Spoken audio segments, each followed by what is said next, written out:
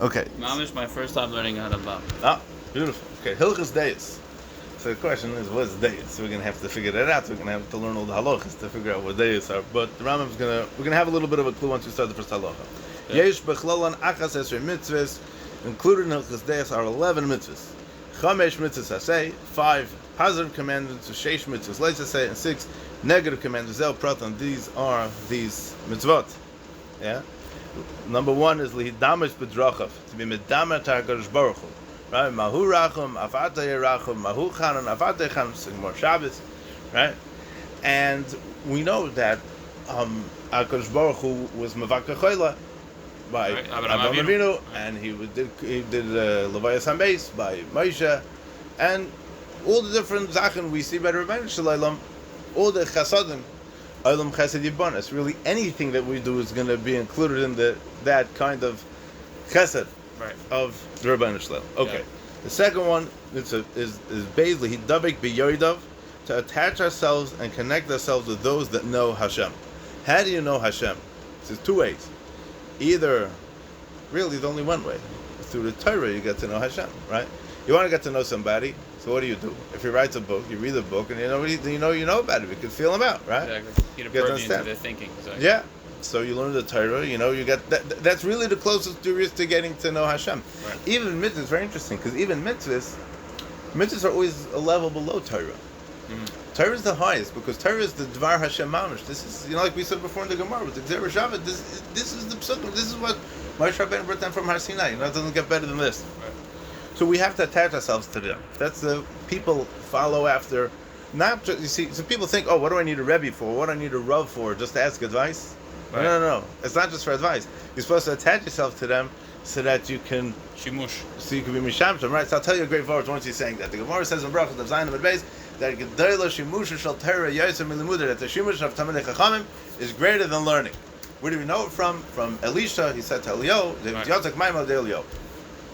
Is the question, if you're learning, isn't learning the greatest thing? So first of all, what is shimush chacham?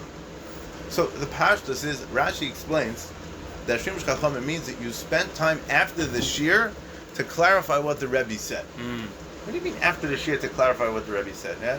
So I know a story. Somebody was in Reb Chaim Shmulevitz shir in the Mir, perhaps 50, 60 years ago, and after the shir, Reb Chaim Shmulevitz gave shir in his apartment. That's where I heard shir from Reb Chaim Shmulevitz's son.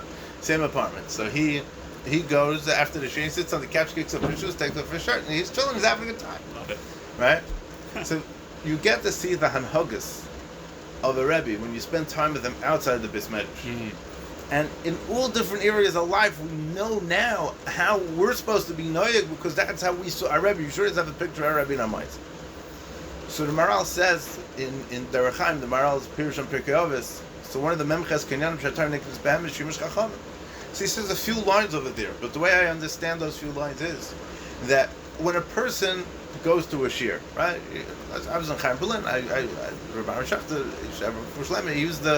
he's the Rosh Hashiva there, right? So I used to go to shir. She would give shir klali. I would go to the shir, right? Actually, that's a different thing. Anyway, so I go to shir klali, right? Or even if you would give a regular shir, I would be in his shir, right? What's happening in the shir is that I'm connecting with the seichel of the Rebbe. I'm taking in the Torah, I'm understanding the sugya better, or he's giving me insight into the sugya, whatever it is. But the point is that during the shir and during the learning session with the Rebbe, we're connecting just to the seichel of the Rebbe. Right.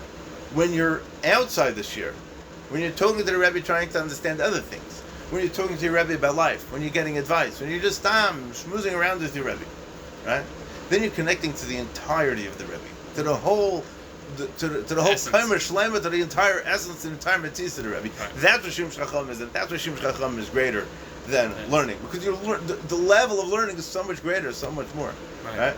And Baruch Hashem, I was Zeicha that not only me, but my father also has tremendous Shimush Chacham. My father was the Rosh Hashiva for I don't know how long, and he used to eat the Shabbos, and he used to, he's a real Talmud. So I grew up with that. It's like, I always wanted to be that guy. It was Baruch Hashem.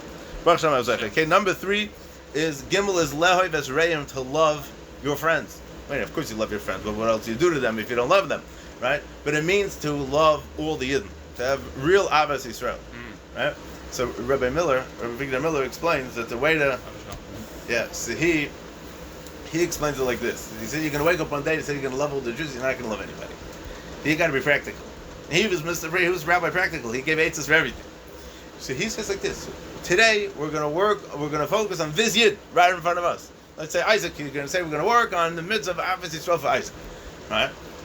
So today, fine. So today I have one guy in my pocket. Right? And tomorrow I'm going to say, you know what? I have to love Isaac and I have to love Aaron also. Right? So now and you build slowly, and you have emes ava for them.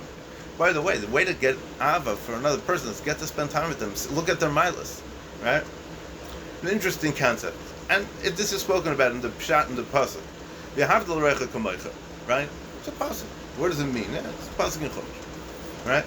You shouldn't do things that other people are going to get annoyed from, because then you're not allowing the other people to love you as much as you can. It's a good understanding. Okay, number 4, lahoiv as gerim, to go out of your way to love a stranger, right? Obviously, gerim means strangers, or no? Gerim means gerim. Right? You could take it to understand somebody that's a new guy in the shul. You go up to him and say shalom to him. You don't know who he is. You welcome him. Be warm to him. Got it. Number 5 is shalei lisnoi achim, not to hate brothers. Interesting that by Gimel it says lahoiv as reim, and by Sinna it says lisnoi achim. Brothers is closer. There's more of a chance to fight with brothers, right? Once Cain and Hevel started fighting, that was it, right? So my wife's grandfather told me, he said that the brothers that you fight with the most when you're younger, that's who you have most to do with when you get older. Really? And that's what he says. Wow. He must have fought a lot with his brother, because he was like this with his brother. Got it. Okay. Vav is lahaychiach, to give musar. Oh, wow. Got it. So, but that's a sensitive one. Very good. You have to know how to do it, and knowing how to do it means that you should cushion it, make it softer, not hurt anybody. Not to, sometimes you have to talk to somebody very tough. If you're, well, I think that my father always says tough love. That's my father always talks about. Your father, but the key is the rabbi knows that your father loves you, so you have that understanding. So I think that's why it's this order, because you have to when a person sort of satisfies all the other ones prior. Then they're ready in a position. Once you know you're a friend, then you could. Right, and also they know you're coming from a great place. Right. Oh, very good. I like that shot. Okay, number 7, Zayin shleila halban panim, do not embarrass somebody. Now, why is it called halbanas panim, the whitening of the face? Because first the person turns red, and then the person turns white. So the Gemara Brachas on Daf Yud Beis Amud Beis says that somebody who does a dvar aveira umisbayish by, ma'ach l'lai al kala v'noisav. It's a pel of a Gemara. He did one little aveira, sounds like in the Gemara, and then it's ma'ach l'lai al kala v'noisav. What's the mida connected? Well, right. He has a little bit of busha, but the pshat is like this. The Rambam says in Hilchos Tshuva, we're not learning Hilchos Tshuva now, but the Rambam says in Hilchos Tshuva that when a person does Tshuva, what does it mean a person does Tshuva? A person did all kinds of shreklichet things, terrible things. So what do you mean now he does Tshuva, it's all gone? The pshat is because he changes his identity, changes his metzias. Right. It's not that same person that's it. When a person's embarrassed, so his blood leaves him. And the Gemara says that somebody killed him. Sure. What do you mean killed him? Because the blood left. That's why he turns white. Basically. That's why he turns white. Right. So Zok, Marsha, and Zok everybody in that Gemara that's a pshat. That's Bayish is Marchnal Kalav V'Noisa because he's a new person already. Right. Okay. Got it. And then number ches is Shalela Anus Umulolim. You should not pain the unfortunate people. Somebody who's less fortunate than you. Somebody who doesn't have money. Somebody who's not stable. Somebody who's not gesund in any which way. Mm-hmm. You should not pain them. It's specific mitzvah to be sensitive to these kind of people. And the Gemara says that, let's say by Almana, that you have to be extra careful because when they, Hashem has specific sword spot for these people. So when they cry out to Hashem that somebody's paining them, it's very scary. It's very serious. You got to be careful with that. Right. Okay. 9 shleilalech Rachel. Don't say rechilus. Right. We know. Don't peddle any gossip. Right. We know. And then the 10 and 11 is shleilinkaim v'shleilintar. That's one pasuk in Chumash, right after the pasuk of After L'Recha Kamoich L'Yisikayim V'L'Yisitar. I want to just see how Rashi explains the difference. Nekama we know, right? You punched me, I have to get you back. Right. Nekama is always have to get you back. Sitor is I'm not going to do what you did.